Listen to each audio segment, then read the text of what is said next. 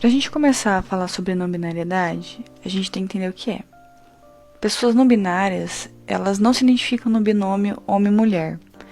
Podem se descrever como nem homem, nem mulher, algo entre os dois, ou terem um terceiro gênero, né, e outras opções. A não binariedade, ela pode gerar um estranhamento em pessoas que não entendem sobre esse assunto, né?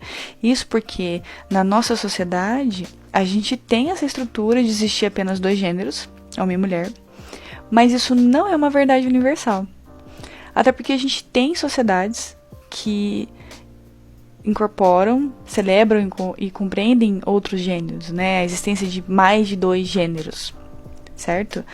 E quando a gente vai falar sobre não binariedade, a gente acaba falando sobre gênero. Não tem como, né? Então, quando a gente pensa sobre gênero, da maneira que a sociedade que a gente vive hoje descreve, a gente vai notar duas opções só: homem e mulher. E elas são excludentes, tá? Porque essa divisão, ela é feita a partir da genitália e dos caracteres sexuais, né? Então, o que você tem entre as pernas e quais são os caracteres secundários sexuais, né? E essas diferenças, elas passam a justificar uma série de normas que não tem relação alguma com o nosso corpo, mas sim com a cultura, né? Então essas normas, elas acabam gerando expectativas, regras que moldam a nossa vida, desde os nossos documentos, vestimentas, comportamentos, até relacionamentos, o que vai impactar na nossa identidade de gênero. E a gente pode pegar de exemplo situações atuais, né, de políticos falarem que mulher é só aquela que possui o cromossomo XX, mas quando a gente vai ver em comprovações científicas, quando a gente vai ver na literatura científica, a gente vê a existência e comprovação de pessoas, mulheres, pessoas que identificam como mulher, além do cromossomo XX, né, além dos caracteres secundários sexuais, que foi atrelado ao gênero mulher. Então, esse binômio que a gente tem hoje, essa binariedade de homem e mulher, é extremamente excludente com pessoas intersexo, com pessoas não binárias, com pessoas trans. É extremamente excludente, gera preconceito, gera violência, gera atrocidades.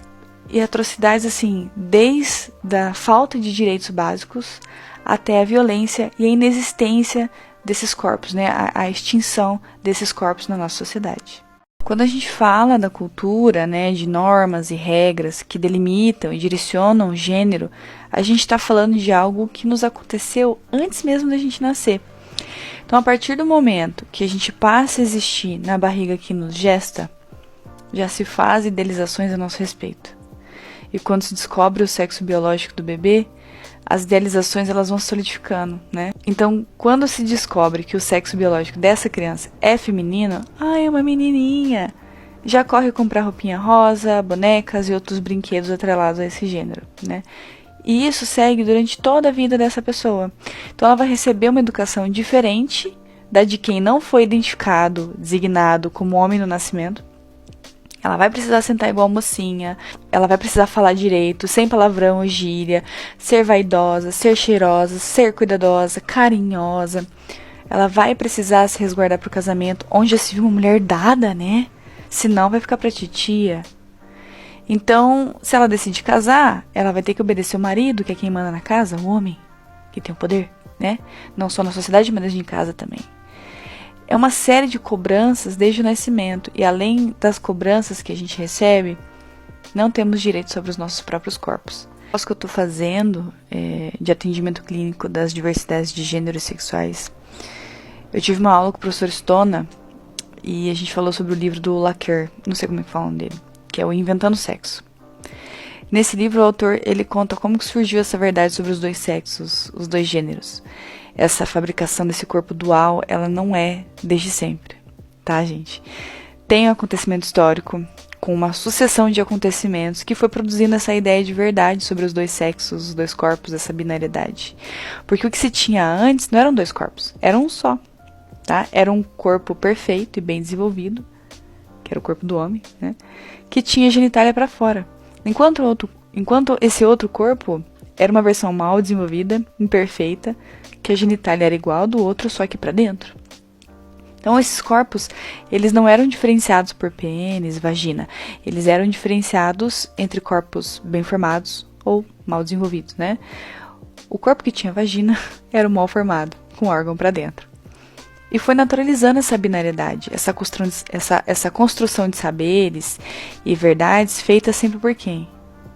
Homens, cis, hétero, branco, classe alta, né? Então, o que a gente acredita hoje, na verdade, é uma mentira. Porque se fosse verdade, como o professor falou na aula, né? Pessoas intersexo não existiriam. Toda essa multiplicidade não existiria. E esse discurso e sociedade binários produz marcas sobre os nossos corpos, gerando mutilações e efeitos negativos e violentíssimos em cima das pessoas. E como o professor Stona nos questionou na aula, eu vou repassar o questionamento para vocês. Em que momento você soube o que você é? Em que momento as coisas se instauraram como verdade para você? A cisgeneridade, a heterossexualidade, a monogamia. Em que momento você entendeu que isso era a norma a ser seguida?